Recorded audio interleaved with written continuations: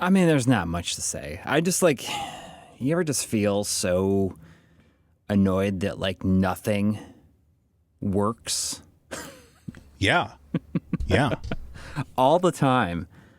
I don't know what I was doing today. I think I was trying to get that Ninja, the Atomos Ninja that I got. Yeah. I was seeing if I could record like different things, and I got it working like with everything except for the N64 digital mod. And I was like trying different things in the menu, and nothing would come up. And then suddenly, the menu for the N64 digital just like stopped coming up. I could not get it to activate. Okay. And I had this problem recently where like a solder joint had come loose, or like cracked and like come loose. So I went over and I opened it all up, and I tried like one of the points that was like a problem previously, and still nothing. So I tried another thing, and then like the piece of it, like it popped off of the solder joint. Well, that's not good. And then I soldered it back on, but then there's like two other points, and this is like on a bigger ribbon. This is just for like for like the menu, to make the menu pop up, right? Okay. This is just for the menu. Yeah. And then two other points like came off because it's like so awkwardly like bent. Yeah. And like to place it, and I just, like I'm not a very good solderer, but I can do like a little bit if I need to. Yeah. Like I fixed it before. So you're not the one that initially put it in. No. And it was fine. It's just like it needed a mod, like an additional mod to be able to work with that Blue Retro wireless remote receiver.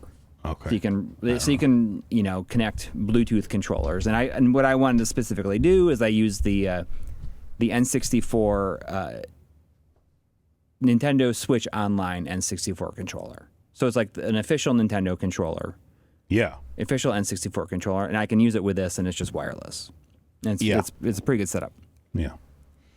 Anyways, I tried to like reflow this solder, and then the pieces, like 3 of these points came off, and I could like not get them back on. Yeah.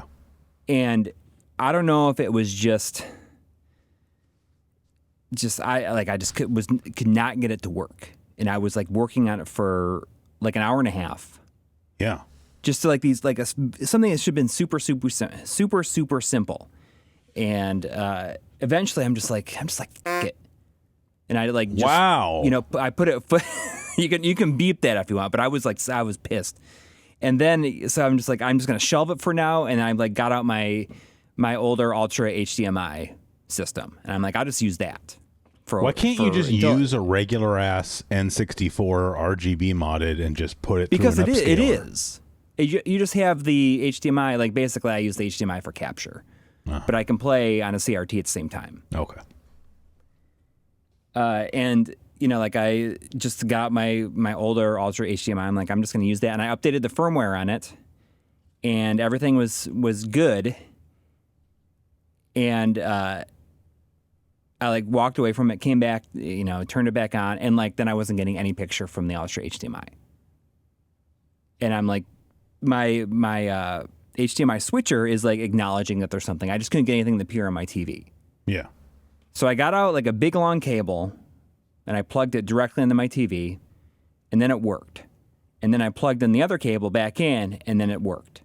But the thing is that it took like 3.5 hours to do this, and this was all just because like that menu stopped because I was just like trying to get it to work with the Ninja. It like snowballed into like wasting my entire evening. And I mean, just sometimes like that, I just get so sick of just just want things to work, and then like random things will break, and then I'll like lose my entire evening. Yeah.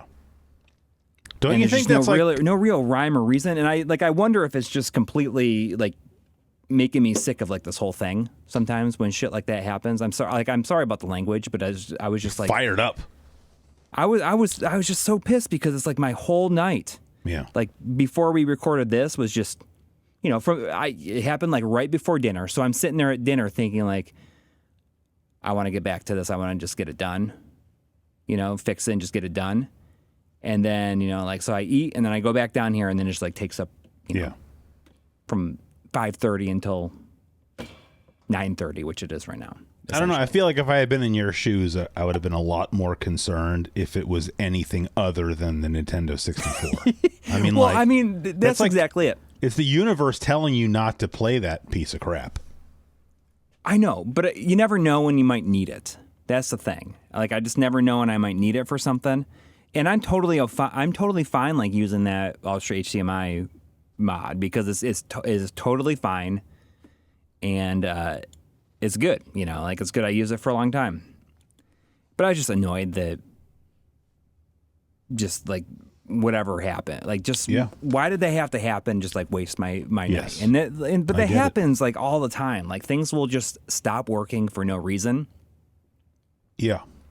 And then I spend hours trying to track down like what is going on.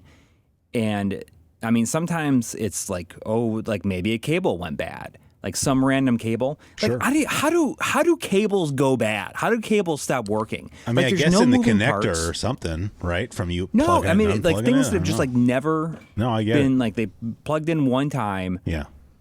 And they're just like passing information.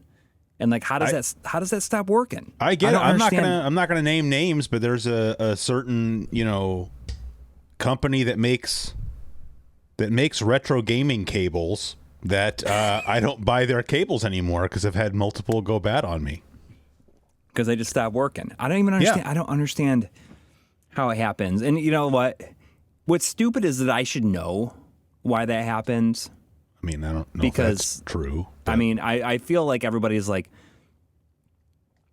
well, he's the My Life in Gaming guy. How does he not know why that happens? Yeah, see, that's the biggest mistake that you made, I feel like, with your YouTube career. Is like presenting yourself as like somebody smart, right? Like, yeah, I mention how stupid I am, like at every opportunity. Like I keep expectations low. I understand that. Like I don't know how any of my stuff works, and that's the way I like it. Just give it to somebody who knows what they're doing. I'm envious of that a lot of times. I think, I think about that. Like I do feel a bit of envy for that. Whatever, for my technological stupidity. No, for the fact that you just like you like it's not a big deal. Like you just get the stuff that works and you like leave it alone, and you don't have to think about it and just. I don't know. You have the capture cart that you pull around. If you like. What? This like monstrosity of a video game setup that's like beside me. Mm-hmm. Like I look at it sometimes. I'm like this. Like it's way like there's so many things that can go wrong, and it's great when it just works. Yeah. But the thing is, like I can't stop screwing around with stuff, or else, and like half the time it's because I can't stop screwing around with things that. Yeah. It stops working. I don't know. Sometimes I just feel like I want to quit, but I'm not gonna. I don't actually want to quit, but sometimes I feel like I do. So I'm drinking I was going to ask. You got a high noon there. A high noon tequila seltzer tonight. Oh, all right. It's a strawberry. Man, fake strawberry anything sucks, I think. Oh, I hate fake strawberry. It's like fake strawberry and fake watermelon, definitely my least favorite fake kind of hard candy flavor. Where are you at on fake cherry? I love fake cherry. Okay, good. I mean, I love it. Good. Like, it's like, it's not even, like, it doesn't actually even taste like a cherry. No, that's why I like it. Although I like cherries, but. But it's just funny that, like, people's impression of what cherry tastes like is not actually even remotely close to what a cherry tastes like. I agree. And it's funny, like, I mean, we probably talk about, like, then we talk about blue raspberry, like, way at the beginning of this. Probably. You ever talked about blue raspberry, about how it's like, that's like got to be like a made up, maybe I talked to somebody else about it, but like blue raspberry's got to be like a made up. I mean, I've flavor. never seen a blue raspberry unless Because is that supposed to be like it an amalgam of exist. like raspberry and blueberry? Because otherwise I don't get it. Yeah. Yeah. But, it doesn't even taste like that. But, like there's so many different kind of blue raspberries. There's like those blue raspberry frozen Fantas at McDonald's. There's blue raspberry Airheads. You ever had Airheads? Yeah, they're okay. Yeah. I mean, blue raspberry and cherry are like the two best flavors. Yeah. And, they are so good that they have certain special packages of them that you can buy that are only those two flavors. Oh, wow. That'd be nice. Or else, if you get anything else, then they put like one or two of those flavors in there. Yeah. Because they know that they're the best, but they want to. They don't want. You got to want to pay for them. You got to pay extra to get more of them. Yeah. Hey, speaking of candy, I've got a coworker who is always bringing in a lot of like Asian snack foods, like Asian candies. Mm-hmm. And she brought in a bag of these Japanese hard candies. Yeah. And I was able to read the package. I was very proud of myself. Because now they're throwing like, this was like some kind of crazy font or typeface, whatever you want to call it. So it took me a minute longer, Yeah. But you figured it out. Yeah. That's cool. That's cool. I bookmarked that site. I've not done anything on the site. I just have not had the opportunity to really dig into it. I'm not here to ask if you did your homework. It was double soda candy, by the way. If anybody, you can buy it. Double soda. Double soda candy. If you just type double soda candy into Google, it comes right up. Okay, so that's not like the flavor of it. No, but it has. It's interesting. It has all the flavors written down there too. But it uses, and I don't know. I assume I don't know that the Japanese have their own words for these different fruits, but instead they're written in katakana so that it's just the English. It's like, oh, that's orange, or that's grape, mango, or melon. But they're all written in katakana because they're using the English words for those. But I mean, there's no way that they don't have their own word for melon. Orange. Yeah. Yes. Orange is like one of my least favorite fake flavors. It depends, because I love orange soda. Yeah. With a passion. Yeah, like Orange Crush. Well, I think you just like Orange Crush because of the song, but no. I mean, it's a good song. I knew about the beverage before I knew about the song. I could speak passionately on orange soda, but I won't. But it depends. Like there's some like orange flavored candy I've had that I think is disgusting because it just tastes like children's aspirin. And then there's other orange flavored stuff that's really good. So it's hit or miss. I had an orange double soda candy and it was delicious. It's like a hard candy you suck on, but it's also like a pop rock because while you're sucking on it, it's all fizzy. Yeah, I like that kind of stuff. Pop rocks are interesting. Yeah, I'm not normally a huge fan, but these are kind of good. No, I mean, I would never like eat them if I wasn't trying to like entertain somebody or do something, like I would never just be sitting by myself eating Pop Rocks. Yeah. By the way, thanks for asking. I'm drinking a Boddington's Pub Ale. Yeah, Boddington's. Just because it was the biggest can of anything I had in the fridge. Because I'm drinking out of this. I got this huge tankard. Is that? Oh yeah, okay. It's like this big for anyone just listening. It's just like this huge. I saw the initials on the bottom. Oh, that's Did just somebody make it. No, I bought it from whoever made it. But, what do you call the thing with that spins and you make the clay? I forgot what it's called. From Ghost, No, it's like a. Is it just a pottery wheel? It's probably like a. I think it's just a pottery wheel. Anyway, this is made on a pottery wheel and it's got a little handle on it. And I originally bought it because for a while, a coworker of mine and I had a real problem with coffee at work. Like we would go on like 3 or 4 coffee breaks a day and have to walk a couple buildings over on campus and go get coffee. And, they give you a discount if you get refills. And I was like, man, because, I mean, I don't know how big this cup is, because how big, this is a full pint beer. And it didn't go much past halfway in this mug. So it's a big mug is the point. I see. So it was going to allow me to fill that whole thing with coffee, and it's like 3 cups of coffee in one, right. probably. That was the idea, but then I never ended up using it. And so I finally brought it home today because I figured, this would be a pretty good beer mug. But now I see that it's too big even for that. So I don't. I mean, you could keep like your kitchen utensils next to the stove and put like your spatulas and stuff in it. Mm-hmm. I have one that's like was made on a pottery wheel like that I got as when I graduated from high school. Oh, they gave everybody like these coffee cups, right? Who's they? The school. Like the administration, somebody you're saying. to make this, yes. Okay. Gave everybody these coffee cups, and that coffee cup sat in a dresser in my bedroom for like 15 years, probably, from like 97.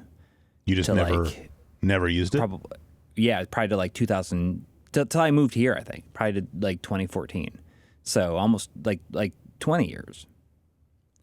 And eventually, like when my mom moved out of her house, I found that. I'm like, oh, I'm going to take this. And I washed it, and I use it, and it's my favorite coffee cup now.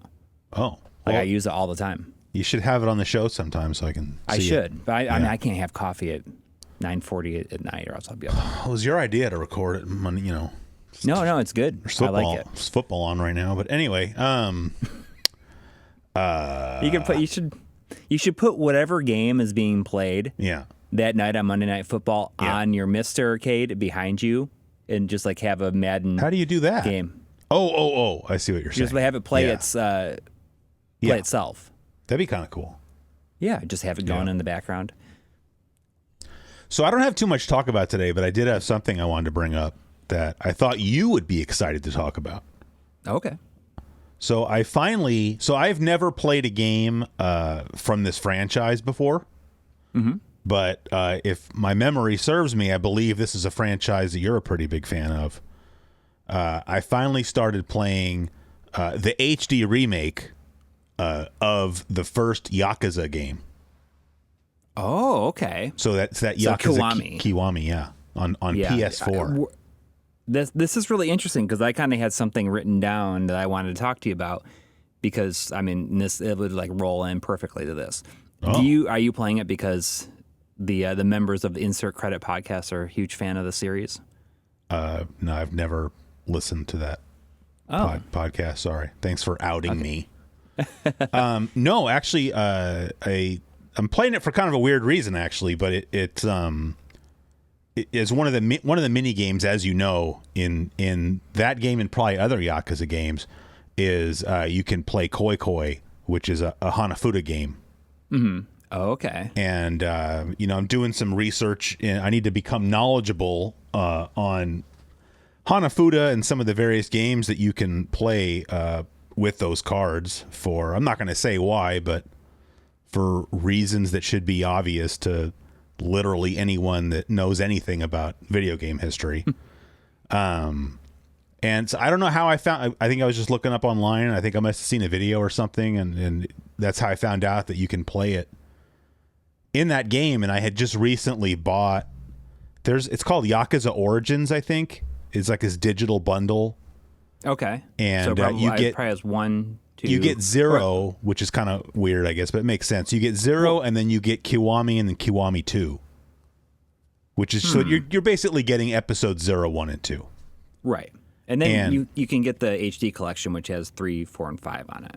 Right. Which, yeah. But and this was a couple months ago that I bought it, but I just happened to look on the PlayStation Store, and they had that collection on sale for like $12.50, which is ridiculous for 3. Totally ridiculous. I mean, it's like basically free. They're all cheap now. Yeah. Well, the normal price is $50, and so to get it for $12.50 was like, well, yeah. Yeah. I mean, it's crazy. It's like the value that you are getting in that is even. You will see how crazy that actually is. So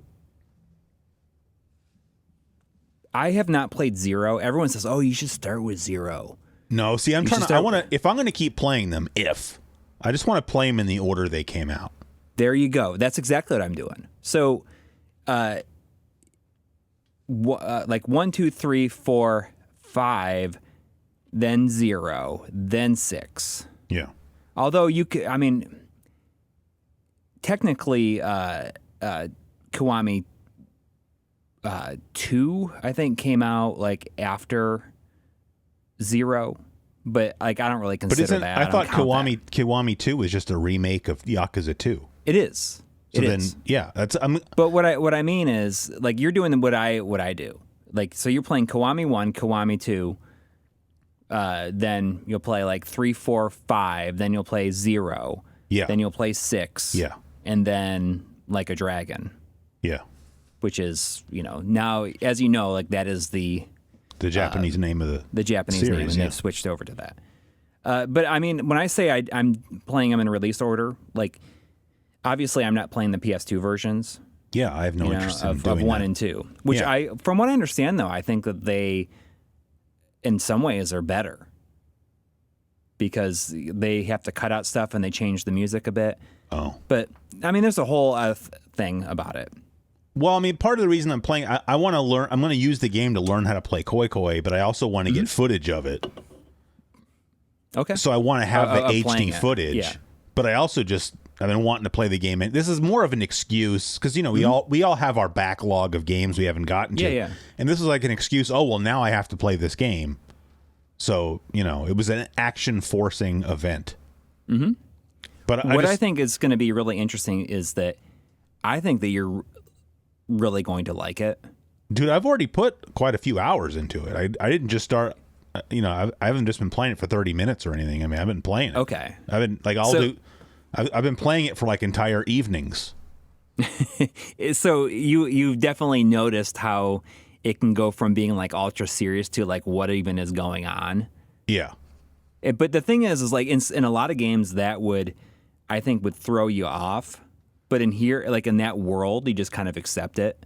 And that's what makes it so fun. And it just gets more and more ridiculous as time goes on. Yeah. And, you'll find out, like, just how, like... Don't spoil anything. like, Kiryu is, like, he's, like, unstoppable. Yeah. And that's, like, I think that's part of the biggest, like, that's one of the biggest appeals of it, I think, to me. Yeah. Is, like, just how unstoppable he really is. I mean, he's a cool main character, I would say. Yeah. Yeah. I don't care for, I forgot his name, the guy with the eye patch. Not a fan. Majima? Yeah. Goro Majima. Yeah. So the thing is like, you're just playing that first one. But yeah. I think you'll learn to appreciate him. All right. I mean, I don't hate him, but he's just very strange. That's. I hope you keep on playing because I think he's a sadomasochist. That's my early interpretation. Is I think he's getting off a little bit on getting his ass kicked by Kiryu. Because I remember like the first time I fought him, it was at least kind of like a difficult battle, I thought. Mm-hmm. But ever since, because I'm at the stage of the game where you just run into him randomly, and then you have to fight him. Majima everywhere. Yeah, but like, every time I run into him, like I beat his monkey ass, and I'm like, but he seems like he's enjoying it, maybe a little bit too much. Yeah, but well, I think it's going to be interesting because, not being very familiar with it is like I wasn't very familiar with it. I'm definitely. But the thing is, not. I played Like a Dragon first. Yeah. So it was kind of interesting to be able to see like the characters' relationships and being like, oh, I'm going to go back to the beginning because like I wanted to play Like a Dragon. It just like looked good. Yeah. And after I finished that, then I went back and started from the beginning. But like in Zero, like you alternate between the two of them. No, I don't know. Stop talking. That's spoilers, man. Well, that's like it's on the back of the box. Okay, I don't have the box. I bought it digitally. Remember, I'm talking about. I haven't played it either. I'm getting rid of all the detritus in my house. We're going digital. Yeah. Okay. Did you know that there's a live action adaptation of that first game? like a movie. No, I might be willing to check that out. Like after I finish the game. I thought it was pretty terrible. That's but all right. It's, I'll still watch it. I think you can watch it for free on YouTube. All right. It's by what's his face, Takeshi Miike or whatever, like that Japanese director who like was for a while there. I don't know if he still is. He was making like 15 movies a year or something ridiculous that's too many. like that. That's how you know they're not good. Yeah. Yeah. But I mean, like that came out, I think, like when the second game originally came out. Yeah. Which is it's pretty cool. You know, it's it's not great. Yeah. But it's just kind of interesting that it even exists. Well, I've been really enjoying the game anyway. So. Well, that's good. That's good. I mean, so the thing I wanted to ask you about, I just found my first Mezu King card. So now I can go start playing Mezu King if I want. Is it like in like an abandoned warehouse type place where you got? No, it was like on the street. Like I found it, and then some kid comes up and is like, "Oh, I lost my Mezu King card." And then like you have the option if you want to give the kid his card back or not. So I gave him back his card, and then he says like he invites you like, "Oh, you should come stop by the arcade." Oh yeah. I'll show you how to play Mezu King or whatever. Which like yes, I mean that'd be kind of cool, but I mean I get what they're doing right because they're making fun of Mushi King. But it would be cooler in my mind if the game had Mushi King in it instead of this Mezu King thing. Well, yeah, isn't it just like women like dress up as the bugs? Yeah, which is funny. I think that's hilarious, funny, actually. But like at the same time, it'd be cooler to play. I found online, this kind of going off on a tangent, but I found online because I was telling a coworker of mine about Mushi King, and so I loaded up a YouTube video, and in the video I watched, the game was in English, so it must have gotten released somewhere like in the West because it was 100% in English. Wait, what game? Mushi King, the game that Mezu King is a parody of. Oh, okay. Yeah, the actual beetle fighting game. Right, yeah. Because that's a real game. Yes. Yeah. But I thought it only came out like in Japan. But I'm saying the video I saw, the game was in English, so it got localized. That'd be fun to play, Yeah. Although I don't know. Well, I looked at a video. Really, it's like glorified rock, paper, scissors. Oh, absolutely. So that makes it less fun. I mean, that's what it is in the game too. You just kind of pick these things, and well, I mean, I didn't indulge in it very much. Yeah, and that's one of my favorite things about the Yakuza games, that you can. There's so much stuff to do, but you never feel like you have to do everything. You just do as much of it as you want. Yeah, you don't feel like, oh, I gotta get all this stuff, like with the like the racing, like the pocket racers. Yeah, I haven't done that yet. But some kids were talking to me about it in the game, but I haven't gotten there yet. One thing I noticed is I felt like, as I started getting to the game, I felt like the biggest criticism I could like level at the game. What do you got down there? A moth or something? No, it's like a tiny little, like, almost looks like a gnat, but it's not. Yeah. As I felt like the battles just took like forever. Yes. But part of it is I think I kind of realized like a lot better. That I was like not very good at the game, and like I was just kind of button mashing and getting away with it. Yeah. Because then I got to that fight, when you go to the funeral or whatever, and at the end of the end of that scene, you have to fight that Shimano guy. Yeah. My tactics were not working against him, and I was like, all right, I got to get my stuff together a little bit. I started like, playing the game a little more seriously as far as using the techniques and whatnot, and it really made the battle go by faster because I was kind of playing correctly. Yeah. Which is better, though. I'm saying then I kind of felt like, oh, this feels a lot, now I'm actually doing something instead of just like, not button mashing, but kind of. You figure out what stances you like the best. Well, just that, but even just like the dodging and stuff, getting better at that, Yeah. But overall, I just... You know me. I'm not really into modern games, but I'm really enjoying this one. And I'm not even. Maybe it's because I'm older. I don't know. Like when I was younger, I used to get annoyed with like lots of cutscenes. Yeah. But now it's like maybe part of it is like this game just has a really good story. Like I enjoy the cutscenes. And it's fun to like play it in Japanese. Like that was like I don't know who made that decision, but the fact that they left the game in Japanese and just gave it subtitles. Was it if they had redubbed it or whatever, used new voice actors, that would have really taken away So from the game, you know? I think the first game on the PS2 was in English. It had an English voice option. And then they didn't do it for 2, and they didn't do it for any of them, I think, until Like a Dragon. And Like a Dragon has like a dual option. Yeah. Dual language option. Well, I look forward to hearing what you think. You know, I finished Like a Dragon 1, 2, and 3. All right. So I have 4 like teed up at some point this year probably. Well, I'll keep you updated. But so what were you were trying to say this was, you know? Well, yeah, I mean, you kind of went into it, you know, like where you said, you know, you used to like get annoyed with cutscenes. Yeah. And I was thinking earlier about how, like, I don't know if you've like, I've heard you talk about games, like story-based games, like at all. Is there any like story-based games that you're like a big fan of that you really hold like near and dear to your heart? Well, like role-playing games, you know? Like, yeah, I mean, I don't think I've ever heard you like talk about like different RPGs that you like.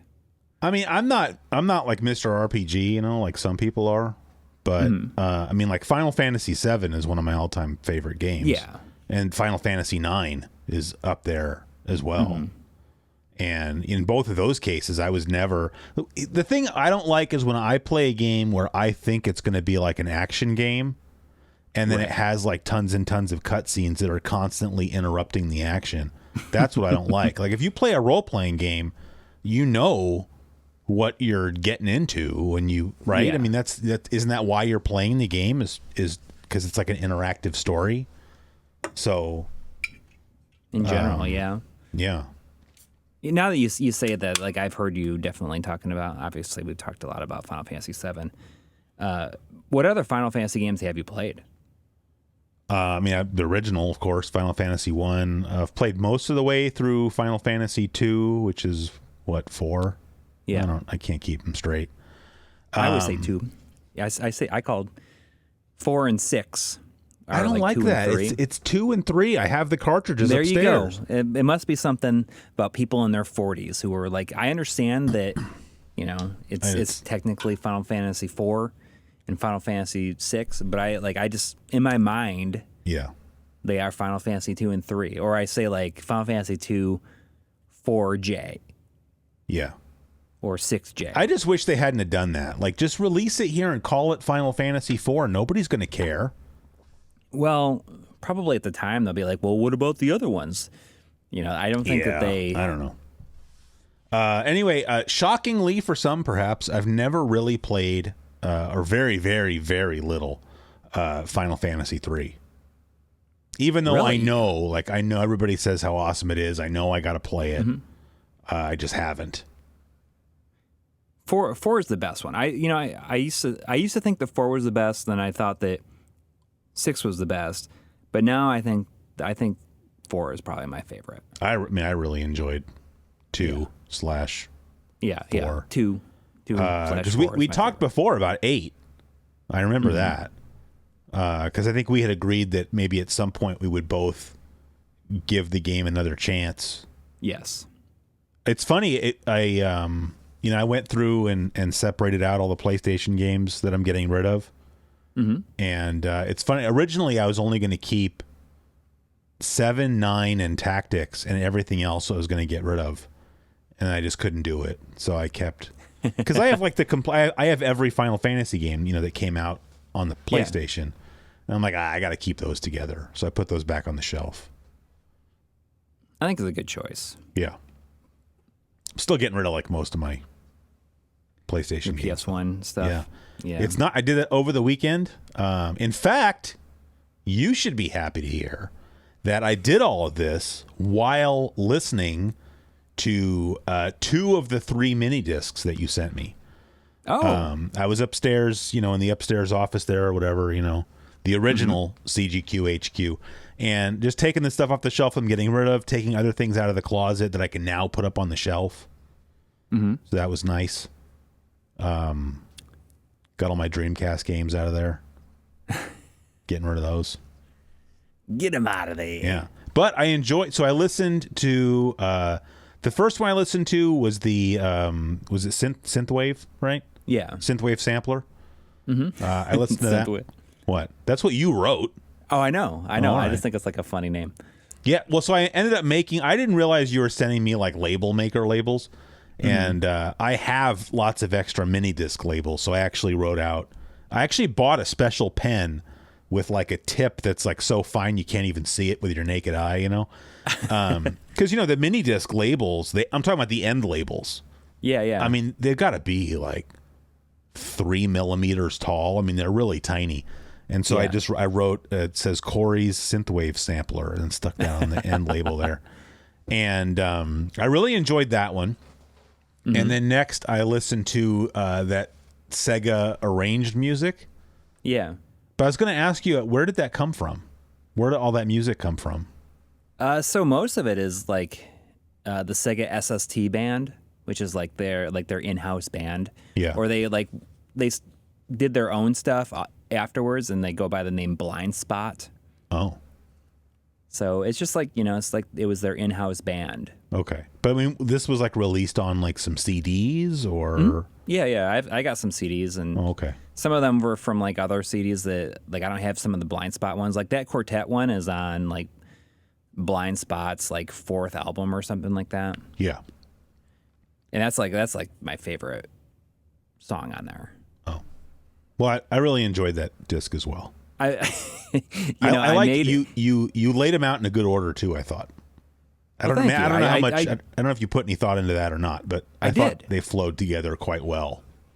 I think that the only downfall is like that. I did not realize this when I was putting everything down or playing everything out. Is that Galaxy Force is like 16 minutes long. I noticed. I would listen and be like, oh, because I saw it come on the screen, Galaxy Force, and I was like, I'm not. Yeah, I'm not into that game. I don't know anybody who really is, but and I was like, well, whatever. We'll see what comes up next. And then 5, 6, 8 minutes later, I'd be like, oh, what's this now? I look over and it's still Galaxy Force. And I was like, good Lord. I did not realize it until I was like going back and separating the tracks. Because the way I did is I fed it all into and recorded it all as one like long track, and then I inserted I split the tracks from there. Yeah. People at home, they know that we sent each other mini discs, right? We talked about that already. They're not like, what are you guys talking about? I mean, we may have mentioned it, but I don't think that we've talked about it. Like, all right, really. I think it was 3 each. No, I sent you 4, but one of them was just because somehow I accidentally made. Like, I didn't make that one for you. The Radiohead one was just like somehow I made a Radiohead mini disc and then forgot that I did it and made the exact same disc for myself again. And so that's just OK Computer, right? Yeah. And so I just figured out to send it to Coury. So anyway, that's what happened. I would ask if you listened to the ones that I sent, but I'm sure you didn't. That's fine. I have them down. I've thought about it several times. Good. Yeah. And I have them down there to listen to. It's funny though, because you say, you sent the Radiohead to OK Computer. Yeah. And for some reason, I just had a real hankering to listen to No Surprises the other night. It's a very good song. And I went and I watched the music video 3 times in a row. Is that the one where he's got his head in that bowl that fills up? Yes. It's like all one take. Yeah. Because I remember, I don't know where or why, but I definitely remember back when that came out. Mm-hmm. I don't know if it was just MTV News or something, but I remember them doing a little mini story about the making of that. Because it was showing and he couldn't hold his breath long enough and he'd get really frustrated. Yeah, because I think he had a thing he could pull. Yes. To let the water out if he couldn't do it, and they kept showing that he would get almost there and he'd have to pull the thing. That's a long time to hold your breath. It's when I was watching, I was like, I didn't realize it was this long. Yeah.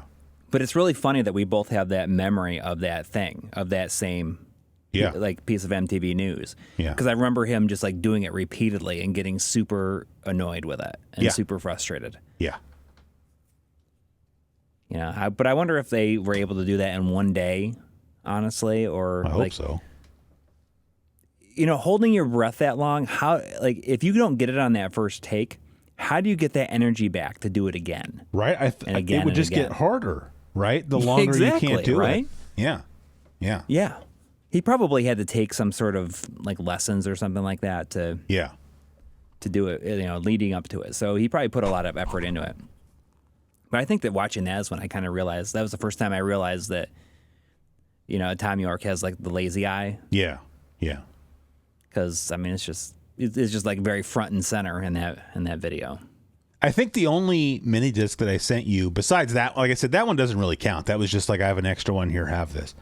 Mm-hmm. The only one I sent you, I think, that I actually labeled was the Kraftwerk disc. Yes. The other two are unlabeled because they're supposed to be more of like a surprise. One of them's kind of a little bit of a joke. It doesn't have the Creed song on it. Don't worry. I think it's awesome, but I mean, it's not really meant to be taken too super seriously. But the other one is just something I think that you'll, based on all of the synthwave and whatnot you're listening to, I think you'll enjoy it. Oh, nice.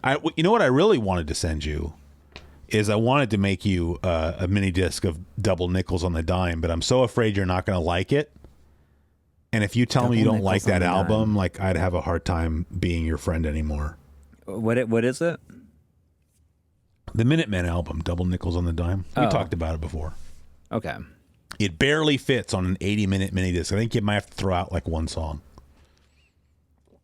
Really? Yeah, it's super. I mean, long. that's like that album just has even an 80-minute CD was not a regular thing for a long time. Well, what's funny? So the only way to get that album, a complete copy of that album, is to buy it on vinyl because the whole album won't fit onto a CD, and I guess they didn't want to make it a 2 CD set.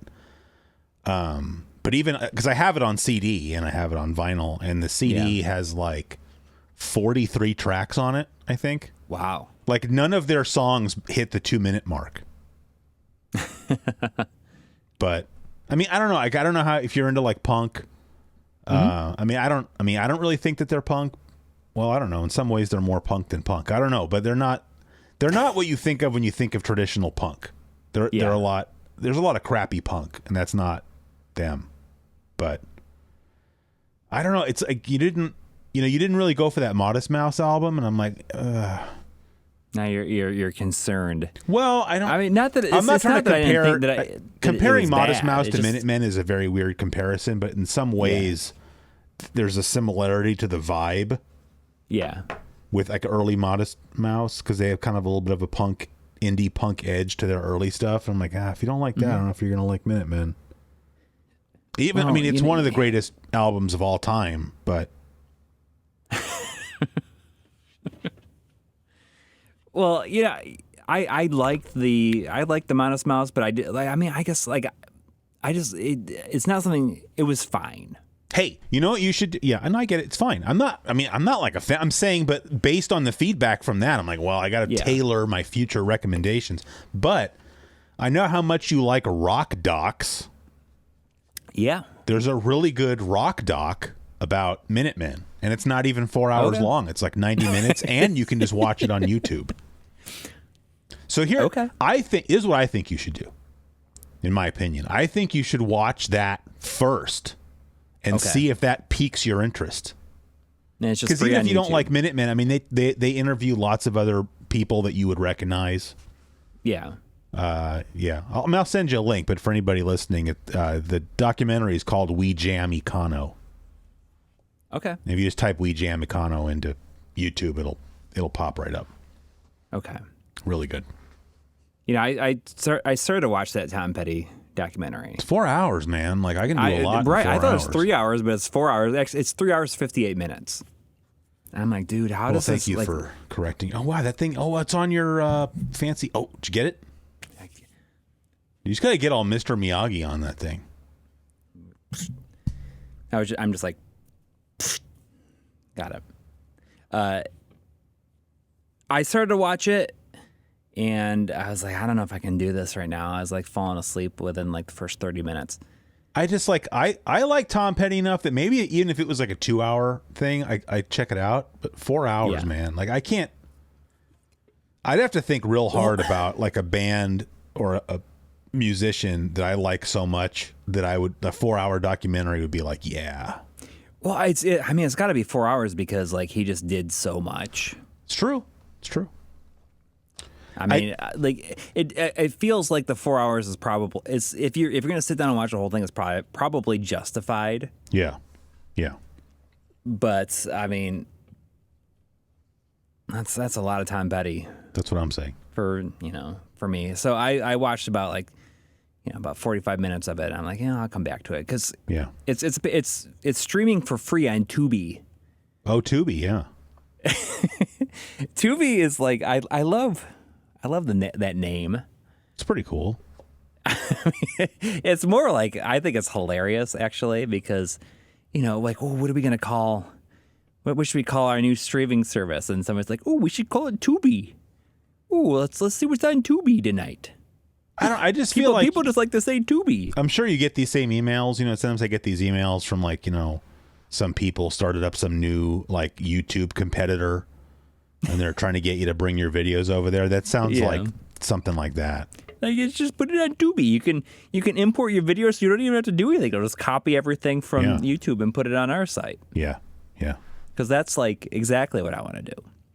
So I did think of something else. I forgot because I didn't write stuff down this week. I did think of something else. I was going to bring it up on the show, but I'm concerned that you're not going to be equipped to have this conversation. So have you seen, and please just be honest, have you seen The Good, the Bad, and the Ugly?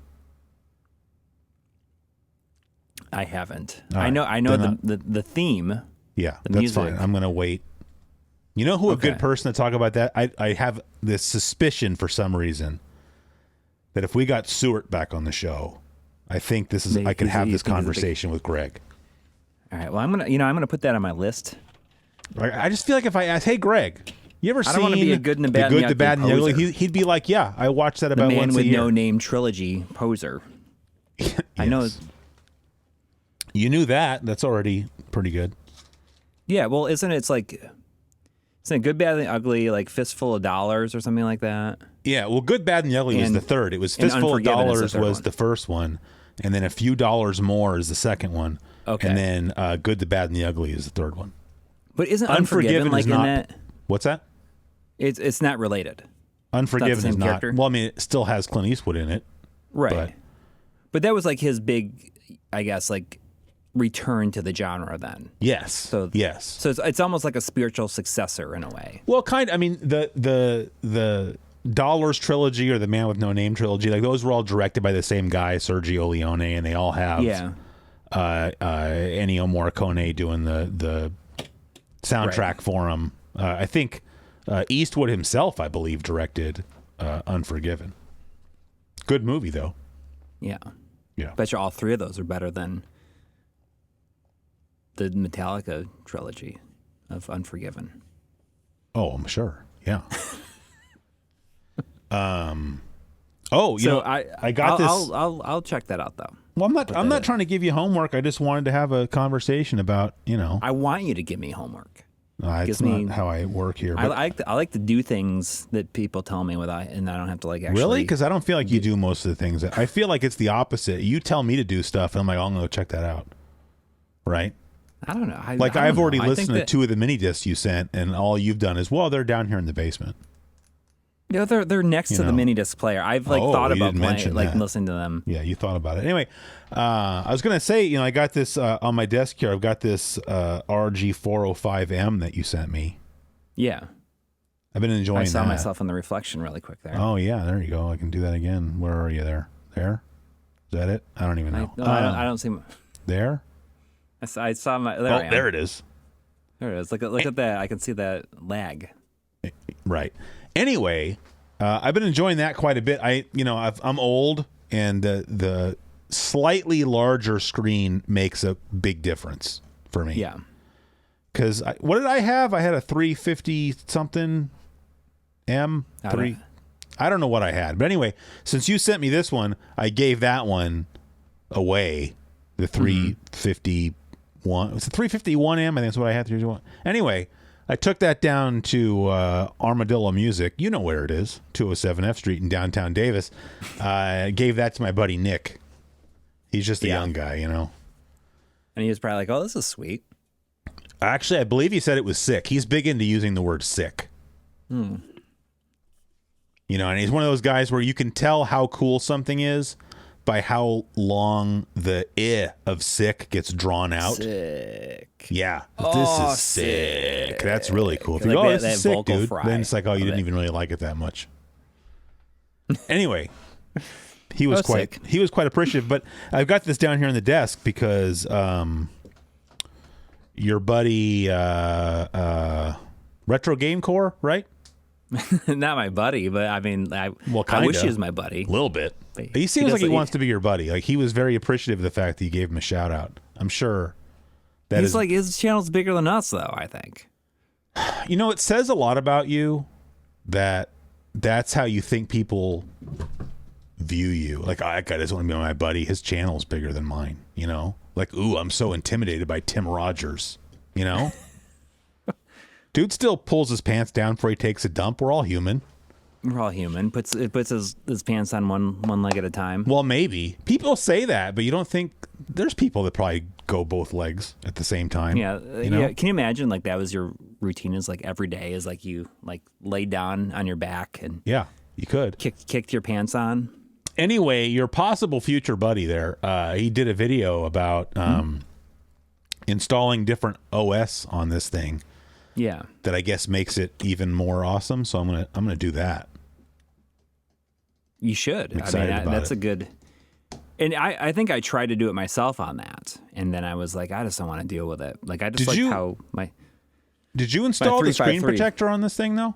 I noticed it's got a I- screen protector. Well, thank you. Yeah. I don't do a good job installing those things. So Well, with those, like, they just come with a screen protector in there. yeah, but you got to put it on.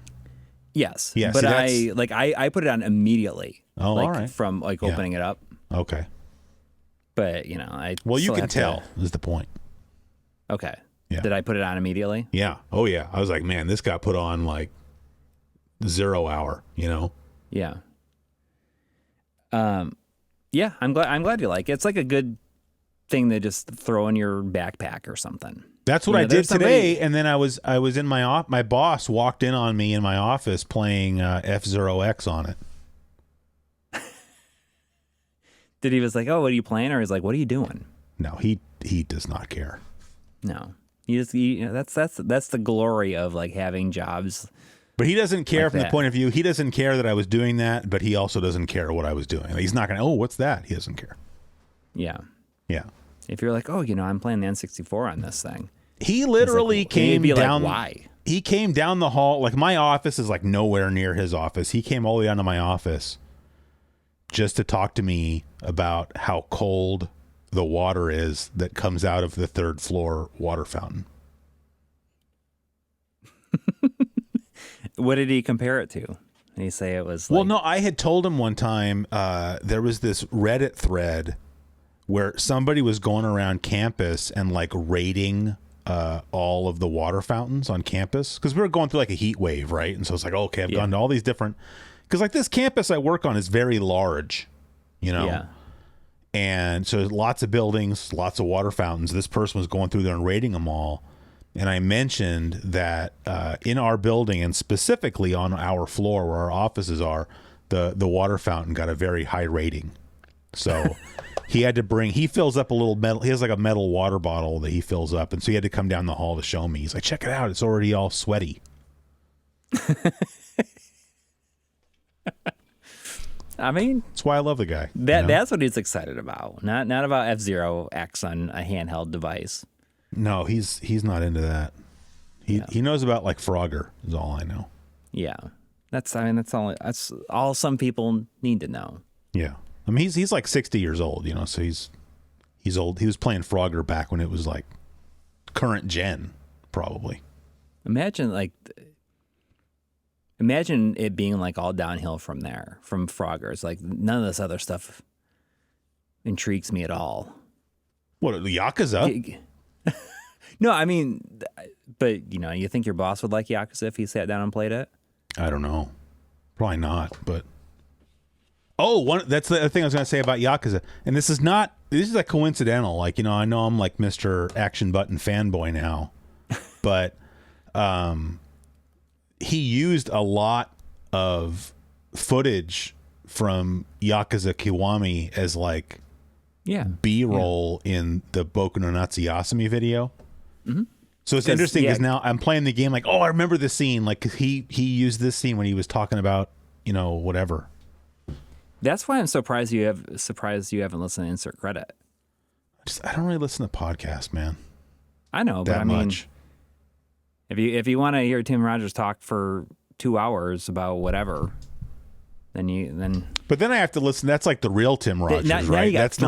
That's not the action button guy. You would actually be surprised, like how close. Really? They are at times. It's highly entertaining. It's highly entertaining. I mean, I know I should check. It's just like I don't. It's not part of my routine to listen to podcasts. Like especially I don't have. Since they just released their 300th episode. I don't have like a long commute or something, or like there's never a good. And when I'm at work, I can't really have headphones in because people are constantly talking to me about this, talking to me about work, talking about the temperature of the water fountains, etc. Well, let's see what I got on my list, okay? Well, you bet. By the way, it's you your listened turn. to episode. Oh gosh, yeah. You listened to episode 41. I feel like we should start doing the episode number at like the number of minutes it is into the All right. Well, we're about the episode. 15 minutes 56 late minutes for that, but yeah. You listened to episode 41. Yeah. Maybe you can make some kind of Sum 41 reference. Yeah, I mean we're in too deep. Trying to keep ahead instead of going under. I can't. They had like a hit song, right? At least one. Yeah. What was it? I don't even know. It was that song. What's the name of the song? Do you remember? I think it's called In Too Deep. But then there's also there was like the it's weird because like in my mind it's like I associate Sum 41 with lit for some reason, and I feel like I don't know why. Like I know that they're not even close, but they're pretty close. I think the song by Lit, My Own Worst Enemies, sounds like for some reason it makes me think of Sum 41. Huh? I don't know why. Lit also had that Ziploc bag song though. Yeah. Right. Something like that. Yeah. You ever doing something like a podcast or like your show or live stream and you're in the middle of doing it and you think like, wow, this is like one of the worst episodes I've ever done of this. Like, I feel like that almost every week, except for when we have Mike Chi on the live stream. And I'm like, this is one of the best live streams we've ever had. I feel like this is about the worst episode of Here's My Question for You. It is. I mean, how do we make it worse? I don't know. Well, did you even do a Does It Slap or Should We Eat It? Because it is your turn. Yeah, of course. Let's say of course. Of course. Do we want to hit that? Oh, that's right. I got a little bone to pick with you again. Again. What'd I do now? The freaking Does It Slap or Should We Eat It jingles are not coming through. Like, I'm hearing them through your microphone, but then I have to go add them afterwards. And I think one week I forgot to do it. Oh, shoot. That's rookie. Now that you're saying that, I understand exactly why that's happening. I know how to fix it though. Okay, but don't just fix it for next time. I'll insert it this time. Okay, well, I mean, I can fix it with a turn of a knob. Oh, all right. Well, it could just be like kind of like low, ahead. but it should be okay. I'll do that. Okay. All right. All right, we're gonna do it right now. Oh, it's up to you. Let's do it. Let's get it over with. Okay. I guess. Make sure you're getting that. Here we go. Does he slap? Does he slap? Does he slap? Does he slap? Does he slap? Should we eat it? Dang it! Again.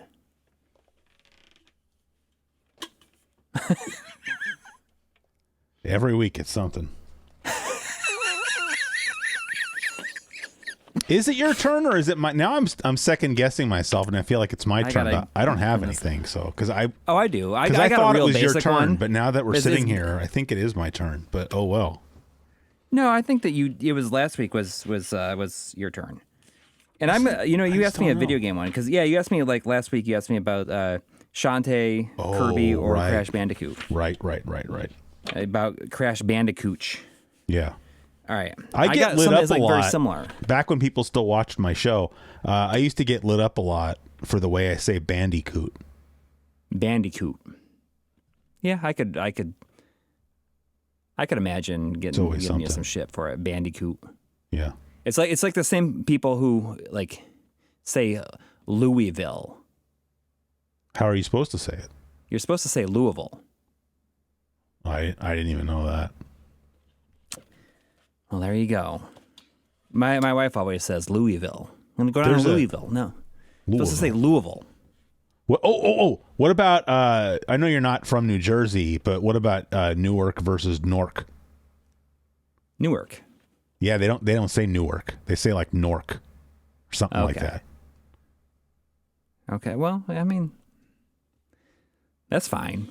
Everyone I knew was not from New York Yeah. City would say Newark.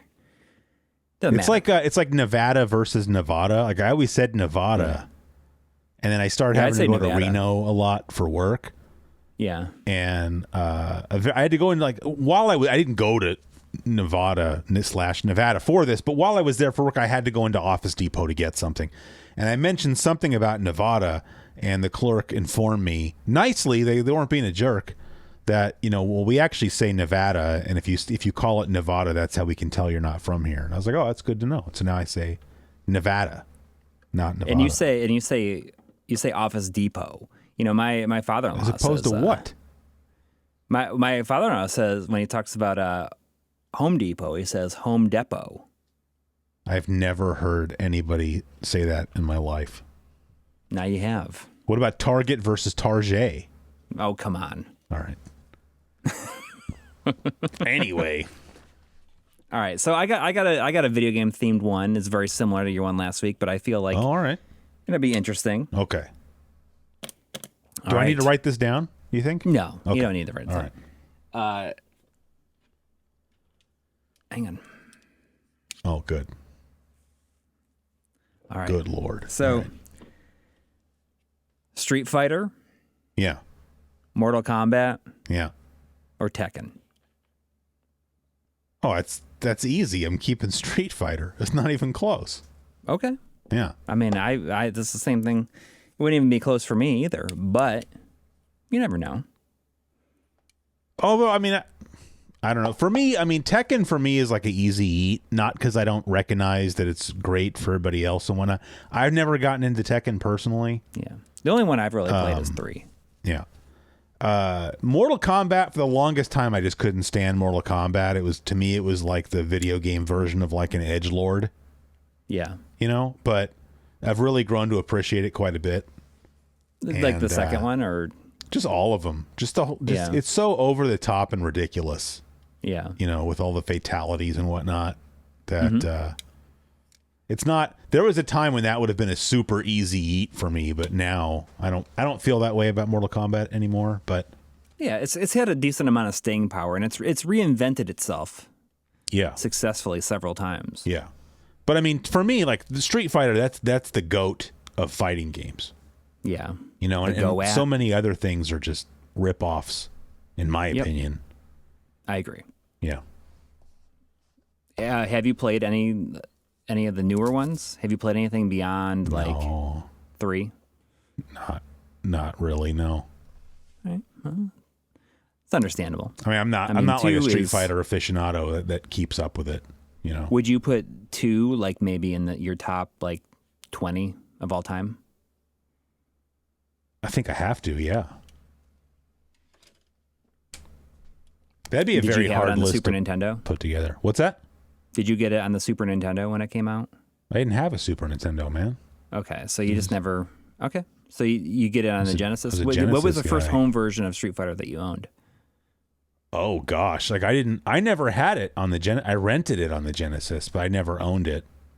The first home version I probably had was like Street Fighter Alpha 3 or something on the PlayStation. Oh, wow. Yeah, I didn't get it until later. That's crazy. That's crazy. You know, I bought a Super Nintendo. No, I was wrong. Sorry. I had it, and this is not a good version of the game. This is the only version I had. I had Street Fighter 2, like the original Street Fighter 2, for the PC. Oh, wow. And which is not a good version, really, but it was good enough. Yeah. I mean, I played it a lot with my Gravis PC gamepad. Which they had 4 face buttons, right? Yeah, so I only had like low kick, high kick, low punch, high punch. Yeah. Which works. That's You don't interesting, though. really I mean, need- it probably makes you appreciate the games that came afterwards even more. Well, it's just, back then I was getting all my PC games, through piracy. So, like, I had that game and didn't have to buy it. Although now I have a boxed copy of it, so don't be jealous. Yeah, I'm not. Yes, that was sarcasm. So I bought Street Fighter 2, and I bought a Super Nintendo for that. Wow. Because I had a friend who had it, and we had been playing Championship Edition in the arcade a whole bunch. And he bought, the Super Nintendo version day one. And then later on that summer, I mowed lawns all summer. And that August, there was a price drop on the Super Nintendo where you only get one controller with it and no game, but it was like $100, I think. Yeah. And I bought that, and I bought Street Fighter 2 and an extra controller with it. And that day specifically is very, very memorable to me because I was so excited. I went to the mall, got the system that had just had the price drop that day. Went to the mall, got it, and I came back home, and something had happened with like the electric, like the poles, like telephone poles, and the power was out like in my neighborhood for like 24 hours. Good Lord. What are the chances, right? What are the chances? It was just very, I just remember that because I was so excited. Yeah, that's awful. And then it's like that happens, and I had to wait like a whole other day. Wow. Do you remember like what the second Super Nintendo game was that you got?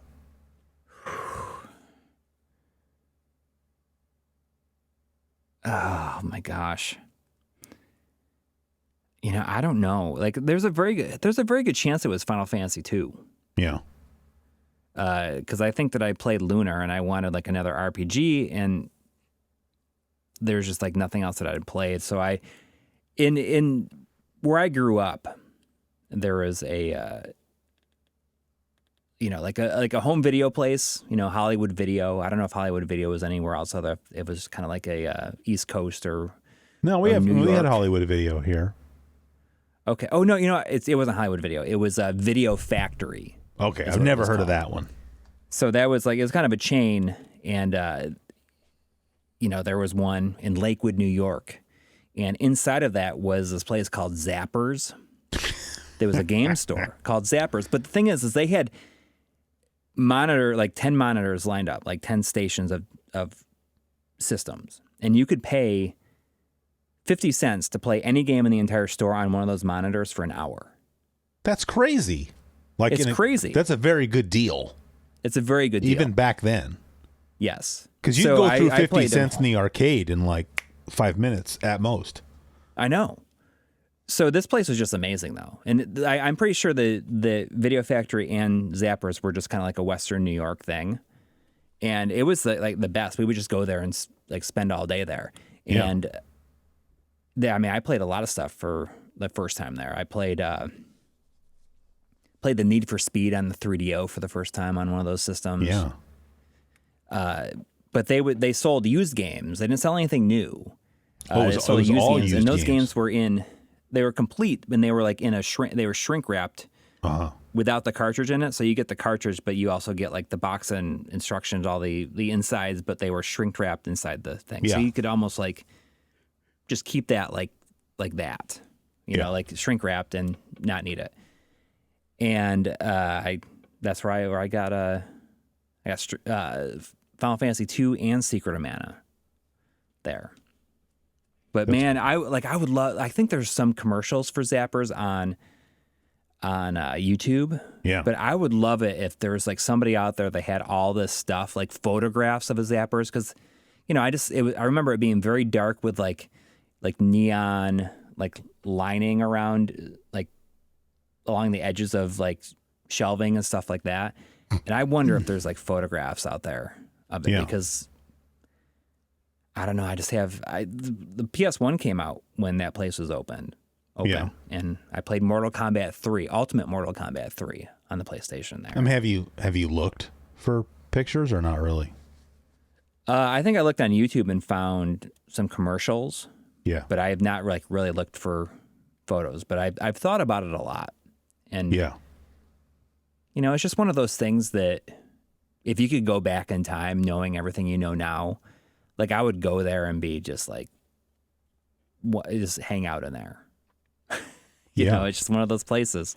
Yeah, that one of those dreams you could have. You ever have like a dream where you like go into like a department store and you find like this secret, like a hidden stash of like old games, like all new the time. old stock. All the time. That's like the dream, I think, for people that are into the kind of stuff that we're into. Yeah. Is to like, I mean, I have dreams about going in like a thrift store and just finding like the mother lode. Yeah. I mean, I don't know. That's just like that's harder for me because I've actually had that happen to me, but it's all like ancient history, Yeah. Was there stuff that was like brand new, not even opened? No, but like I remember, I think it was actually the first time I ever seriously went like thrift store shopping for video games. Mm-hmm. I walked into this thrift store and they had like a glass case, and like one shelf of this case was just like completely full of complete in the box NES games. And they were like $2 each. And nobody wanted them except for you. And I left there like I had like 2 of those plastic like grocery store shopping bags full. Like each one had 2 stacks. And there was like rare stuff. Like I remember I got like Swamp Thing, which is like not a common game at all. Or was it the Namco Miss Pac-Man? That's a little bit harder to get. I forgot. But I mean, just a ton of stuff. But I mean, I've talked about that before. I mean, you used to go thrift store shopping and you always came home with stuff. It's just, that's like, I guess maybe the modern equivalent of feeling like that about department stores or something like that, finding this new old stock. Yeah, I mean, that would be amazing. And it's just like pushed to the back of like a case or something like that. Nobody sees it, and you're like, doesn't that have to be the case? Like somewhere in America, there is some store where like abandoned or something like that. Well, or just like, some Turbo Duo game or something fell off the back of the shelf and it's still sitting back there, Yeah. Somewhere there's like an entire stack of brand new, never touched, unopened copies of Magical Chase. Yeah, although that game was only ever mail order only, I think, wasn't it? Oh, okay. I didn't know that. Plus, that game sucks, in my opinion. Super overrated. It's only like known because of like how rare it is, I guess. Yeah, although I read one time that that game, like its print run is the exact same size as that Order of the Griffin game for the TurboGrafx. Was that Dungeons and Dragons Order of the Griffin or whatever? Oh, I've never played it.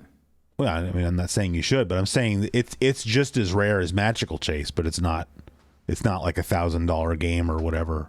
It's more than that. I wonder why that is then. I don't know, man.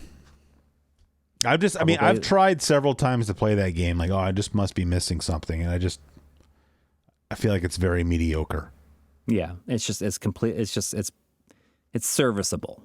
That guy over there in I don't know where he is in Europe. That guy that makes the really nice bootlegs. Yeah. He's coming out with a Magical Chase. But it's funny. Yep. I saw what he's charging for it, and it's like, you're just charging that because people will pay for it because it's Magical Chase, Yeah. So I got my daughter a phone yesterday. Oh, is this her first phone? Her first phone, yes. We tried to put it off for as long as we could, and we were going to go until she was, I think, in 8th grade. She just went in. She just started 6th. What brought this on? Well, because I mean, she's in middle school, and like everybody else has a phone. Yeah. You know, like, and she's like, everyone, like nobody else has one, and we were like concerned about like people using them, but they came up with a pretty good policy for them at school, which I think is something that pushed us like to be better, more okay about it. Yeah. Is that so? You get into school, the kids get in there and they go to like their homeroom, and they got to take their phone and they got to put them in this like box or whatever, and that counts for their attendance. So they'll get it back at the end of the day then. So it's just like, it's kind of a good way to do it, I guess. Yeah, I would say so, yeah.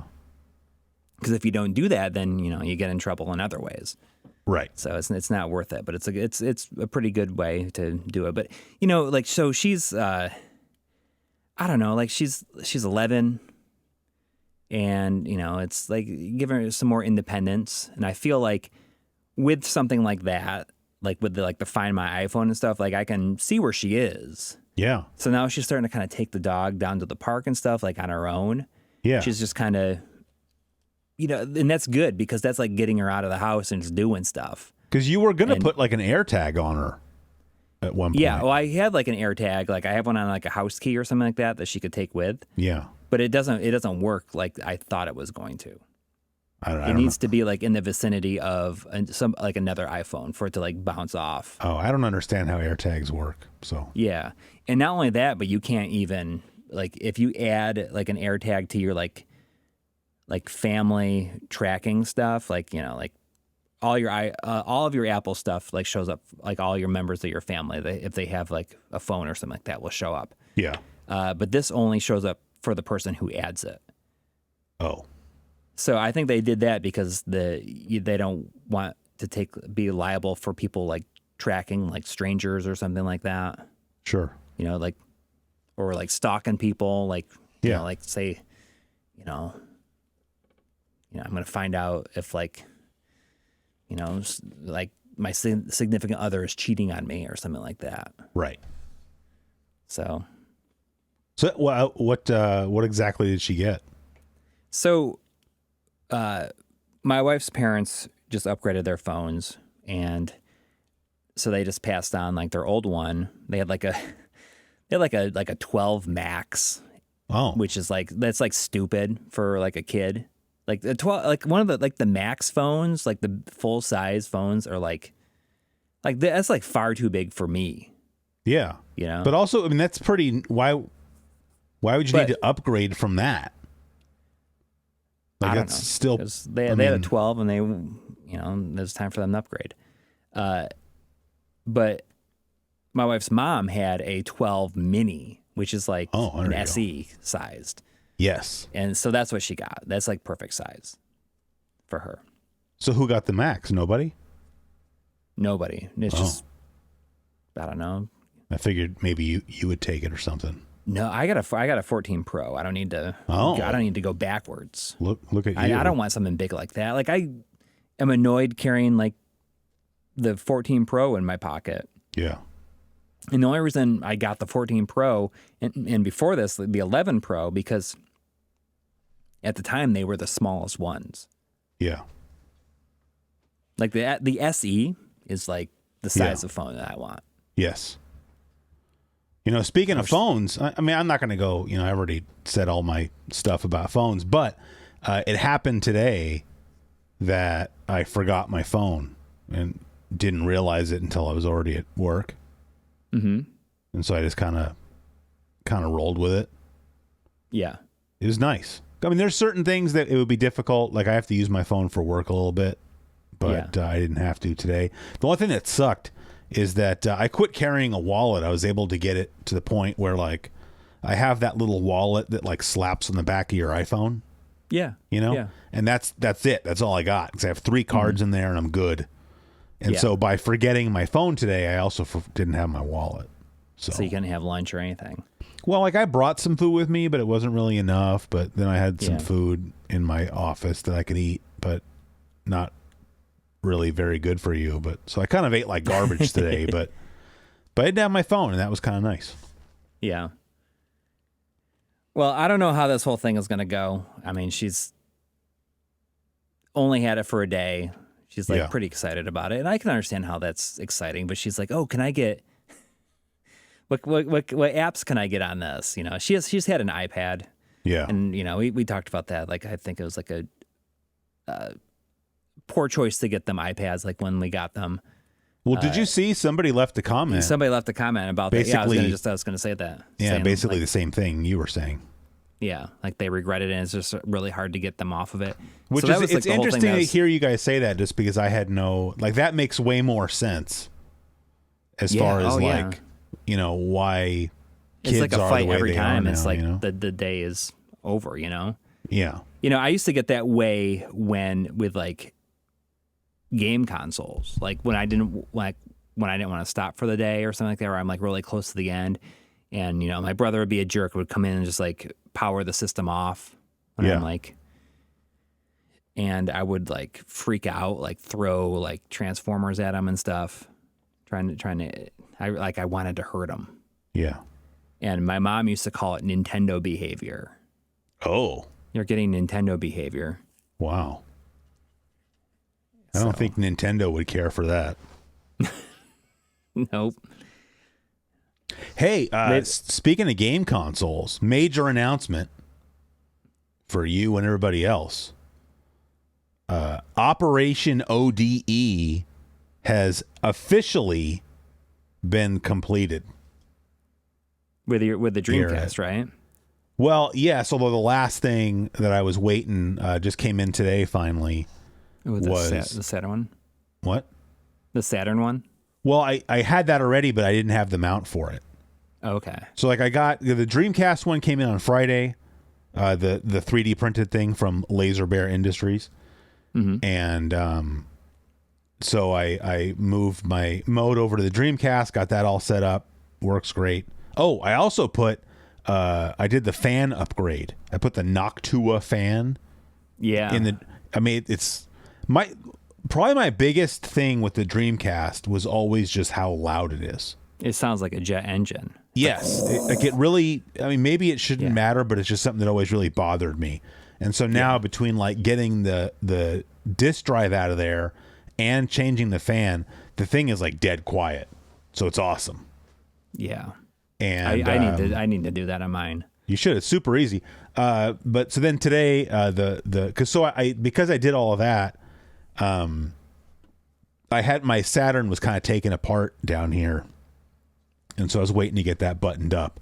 And then today I ordered again from Laser Bear Industries. I got the Fenrir mount for the Saturn and was able to get that all buttoned up. So that's it. So this summer I did my PlayStation with the X Station. I got the GC loader in my GameCube, and then mode in the Dreamcast, Fenrir in the Saturn.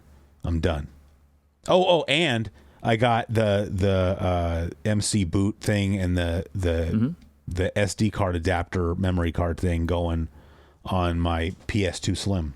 That all happened this Nice. summer. The free McBoot. Yeah.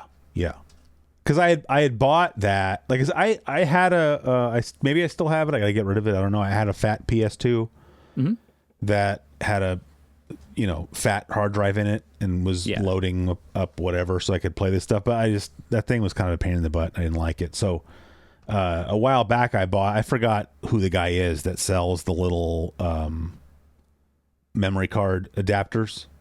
Yeah. It's the one he has is a micro SD card adapter rather than the full size, but it doesn't really matter. But that guy also sells, was it Helger, something like that? Helder, that's right. Yes, Helder.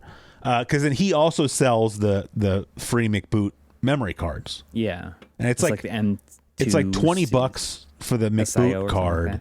and then it's like $20 for the memory card SD card adapter. Yeah. So for $40, you're all set up. And they made some kind of change to, I don't know if that was, I think that was the OPL where it could recognize exFAT drives. Yes. So like now you don't have to fragment your DVD based PS2 games anymore. And you can go beyond 2 terabytes if you want to. Yeah. So, I mean, that's not. I hope at some point somebody makes a proper ODE for the PS2. But in the meantime, this is pretty workable, especially because like this, I can still use my DVD drive. Right. So like if I really need to play a game for some reason, like capture footage or whatever, I can still get the disc. Like all the other systems I just mentioned can't play discs anymore, which I'm okay with because they have 100% compatibility. But PS2 is not quite there. But I mean, it's just it's nice. Like I'm kind of enjoying this transitioning over to digital thing, you know, and just being okay with it. Like that's yeeting cool. stuff. So now we're moving into phase 2. So now I'm trying to gather up shipping supplies so that I can start listing some stuff for sale. I can't wait to see what you got, and I'm afraid of what's gonna cost me. Like I'm like, oh jeez. I mean, I don't, you know. Well, I mean, we'll see what we can do, but you know. No, I don't. I want you just to charge me what you're going to charge me. Yeah.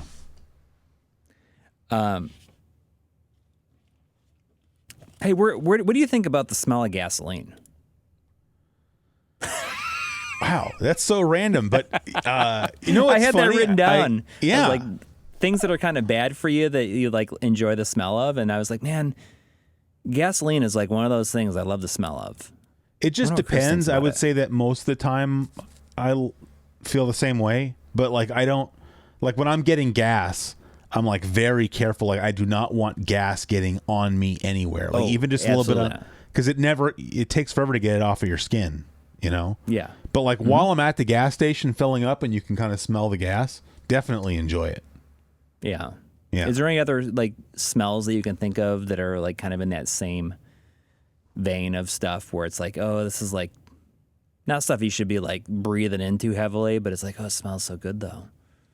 So my wife makes fun of me for this. I mean, I guess first before I say that, I would just say that, you know, I'm a chemist, so I'm an American chemist, not a European. You know, in Europe, a chemist is a pharmacist. So saying I'm not a pharmacist, I'm an actual chemist. So I work around a lot of organic solvents, you know, and so like, you know, I mean, gasoline is just like a mixture of, you know, basically organic solvents. But so, you know, I've gotten to appreciate, you know, some of them I can't stand, other ones I think smell pretty darn good. So I become kind of an efficient, like I can tell like, oh, someone's got a bottle of ethyl acetate open, or, oh, I smell hexane, but and you're not going to go in and like stick your nose in it or something like. No, not unless I'm trying to figure out what something is. Well, you're not supposed to do that. They want you to like take the vessel and hold it away from your face, and then like let it waft up your nose. Yeah, I don't do that. I just stick my face right in it. But number one thing, as soon as you ask me that question, because you know, I think my wife she doesn't make fun of me. I just think she thinks it's funny or that it's weird. Is the smell of skunks, like an actual skunk. I don't mean skunky beer or like skunk weed. Yeah.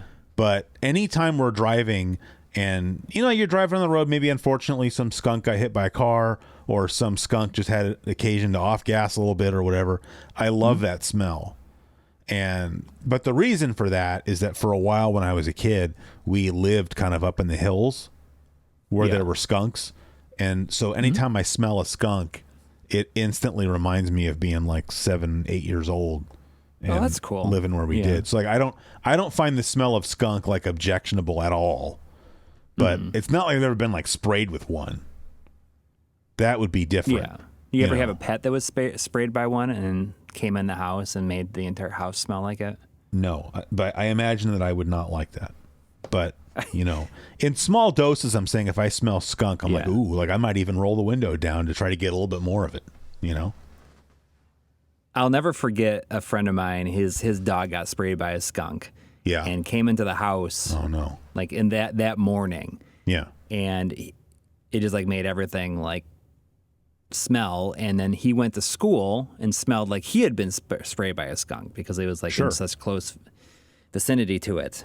And I'll never forget him saying like him going down to the office and being like and saying, telling like the you know, like the administration said, you know, I have to go home because my dog was sprayed by a skunk and I smell like a skunk, and everyone in the whole school can smell me, can smell it. And he's like, and I have to go home or else this is going to be the worst day of my life. Yeah. Did they let him go? They let him. They let him go, yeah. Good. I was afraid you were going to tell me they were like jerks about it. No, they totally let him go. And it's like, okay, I get it. Yeah. But I just think it's funny because he said, I need to go or else it's going to be the worst day of my life. It would be, though. It would be, yes. Like that would probably be the nickname that followed him around forever, you know? Like, for there sure. goes old Skunky. I feel like some people did actually call him that a little bit, even afterwards, Yeah. as a joke. He had this T-shirt. Well, they called him Sharky. Ooh, a wow. while. That's a good nickname, So though. he had this shirt that he got in Myrtle Beach. Okay. And it was kind of like, it was like a big deal. He got it when he was like probably, I don't know, maybe like in 6th grade or something, 5th or 6th grade. Yeah. And it was just a T-shirt, white T-shirt, and it said Shark Attack on it.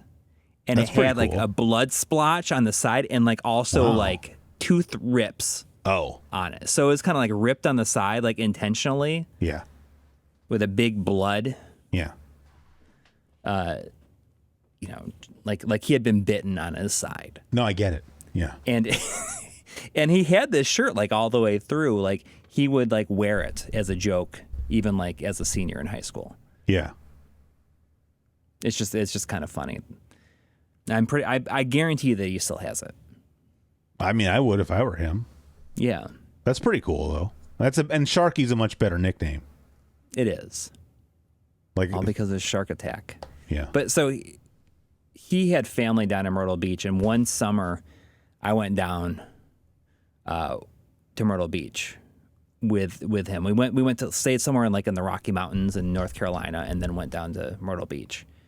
And I remember that was during that time. That was probably like 4th grade or something, 4th or 5th grade, and that's when I would go all summer wearing like my gym shoes from the school year. Yeah. But during the summer, like when they're on their last legs, I just wear them without socks all the time. Oh, that's disgusting. Yeah. Yeah. And I remember riding in the car and taking my shoes off, and it no. was just like the whole car was like just like, stinking so bad. And it didn't bother me because like I knew what to expect. Yeah. I feel so bad for his parents, thinking like, oh Yeah. God, he'd probably have to roll down those windows. Have you ever had like in your life a nickname that you didn't self-apply? No, Really? not that I can think of. Wow. That's a shame. What about you? Yeah, when I was in college, my nickname was Sourpuss.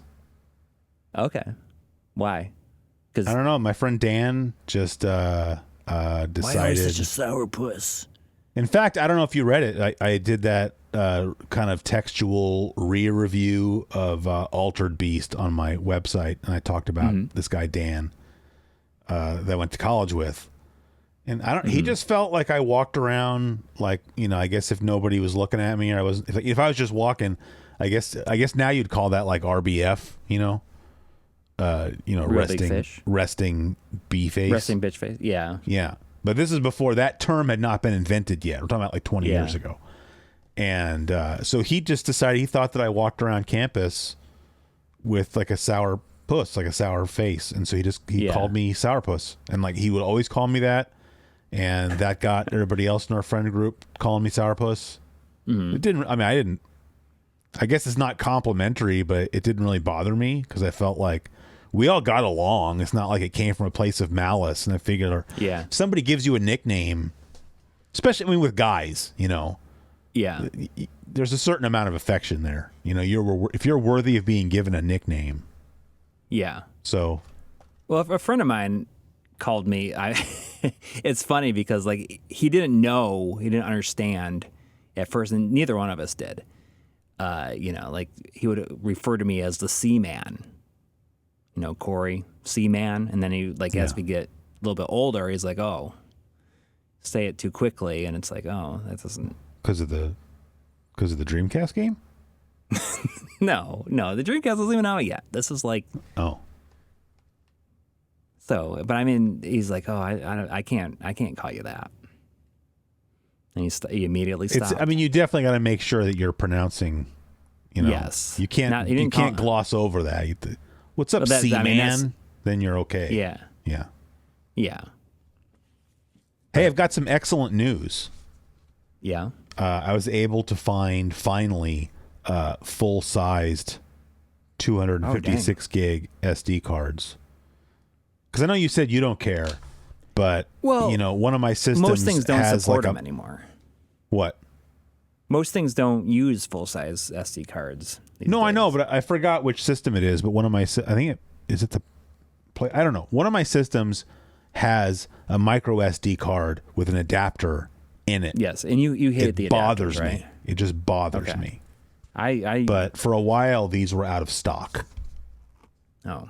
So I've been having really good luck with these Samsungs, I got to say. Even in the mode, which if you read the mode manual, it mentions not getting along with Samsungs, but I think that, that So I wonder manual if was written a long time ago. So, and like they've improved over time, I guess. well, I think Samsung must have changed something, but I've been using Samsungs in all these ODE systems that I was talking about, and I've had zero problems.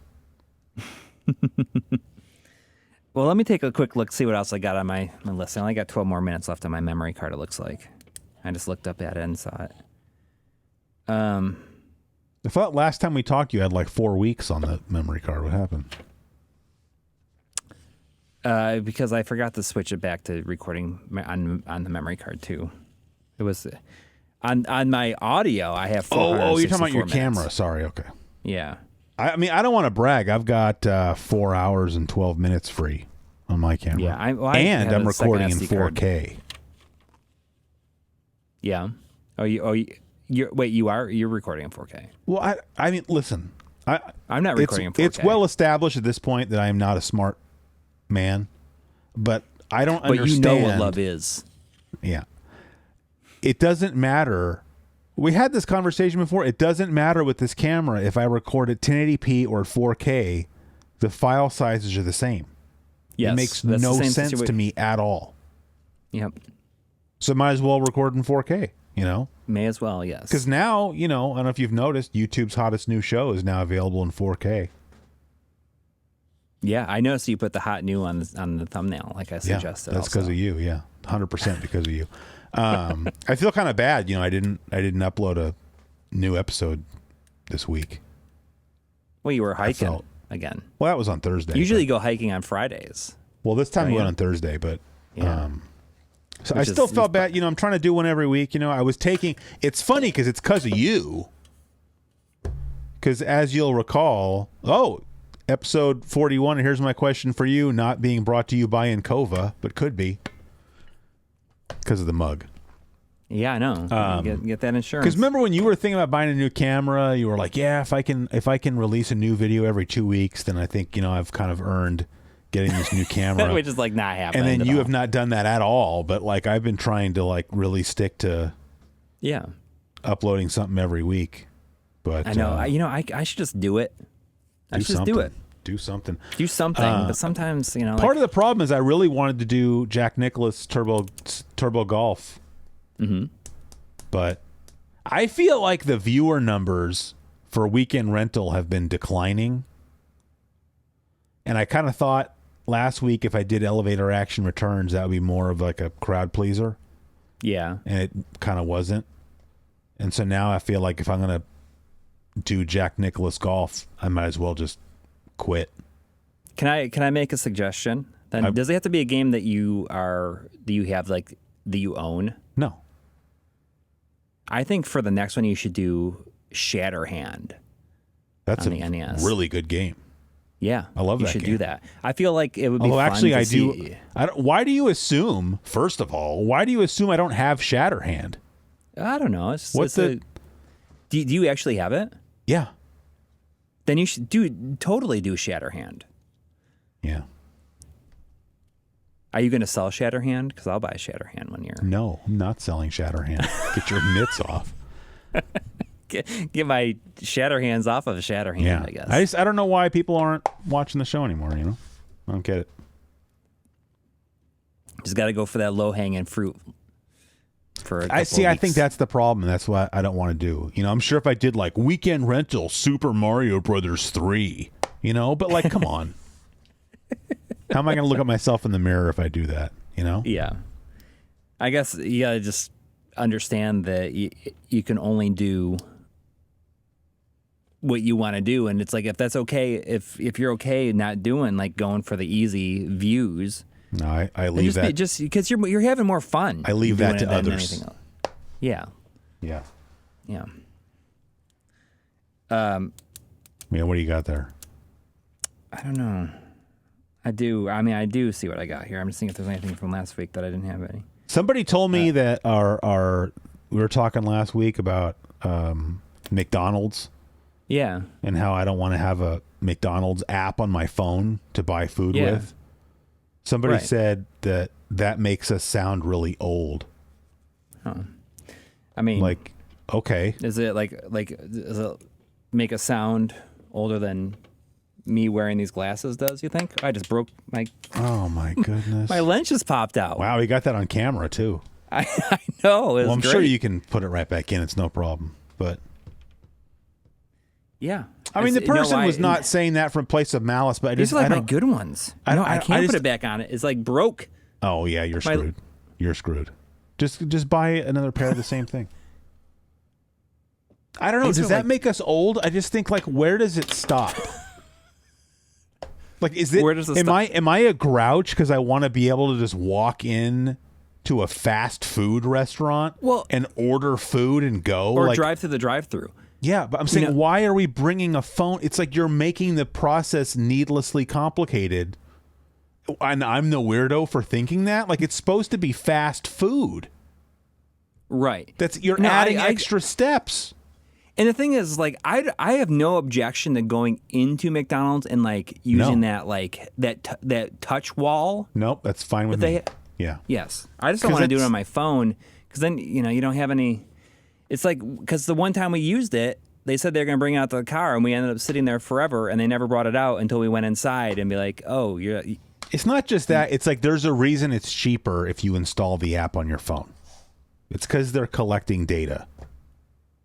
Oh, okay. You know, and it's just like I don't want. I don't think that makes me like a retro grouch or something. Just because I don't.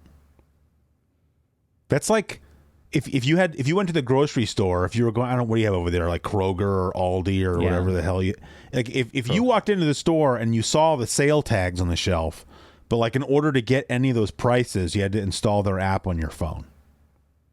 Would that make me? I mean, I don't mind doing that. A grumpy old man because I was like, I don't want to do that. Well, you can go through the app and like clip coupons or whatever, and then when you scan your like barcode, which is just your Plus card, it'll like automatically apply those. The thing is like if you're in the store and you're kind of like looking through for that stuff, it's like a total pain in the butt. Right. But I mean, like that's fine. I don't mind doing that because you can kind of do it on you just like go through and just like clip them all, just boom, boom, boom. I wish that there was an option, a button. But I'm not talking about coupons. I'm talking about like this is the weekly sale item. Like strawberries, it's 2 for $6 for packs of strawberries, but you have to have the app on your phone or you don't get the sale price. Right. I mean, that's similar to having a Kroger Plus card where you like have to scan the barcode. But you get fuel points for that. You get money. But like I won't like there's stores where they'll make you have their card or you don't get the sale prices. I just won't shop at those stores. Right. I wouldn't either. Like I don't go to like I don't know if you have CVS there. That's how CVS is here. The drugstore is like, oh, you don't get the sale price if you don't have the card. I'm like, all right, I'm just not going to shop at your store anymore. Like, it's stupid. It is stupid. It's stupid. All right, that's all. That's all I got for this week. Well, it's an hour and 45 minutes almost, anyways. Yeah. You've just listened to the worst episode of this podcast so far. I kind of feel like it is. I'm tired today. Yeah. I didn't make a list because I didn't really have anything. I've been playing Yakuza all week because I need. Dude, I'm excited to hear like what you think. I need footage of Koi for the obvious reason. It's the obvious reason. It's quite obvious. Yeah. I I'm excited to hear what you think, and I hope got that you like it enough that you go into the second got a one. new Hanafuda deck here on my desk. Though. Yeah, you sent me a photo of that. Is that Of Napoleon this on one, there? this is the Napoleon deck. Yeah. That's cool. I mean, I just think it's cool that like Nintendo still makes all these Hanafuda decks, and they're pretty cheap. Yeah. You know. I mean, it's like free money essentially to them, and they probably sell more now than they ever did before. Well, I mean, I don't know about that, but I think it's cool that they still make Hanafuda. Yeah. I should get myself a deck of that. You should Get myself a deck. play it with your kids. You know. Yeah.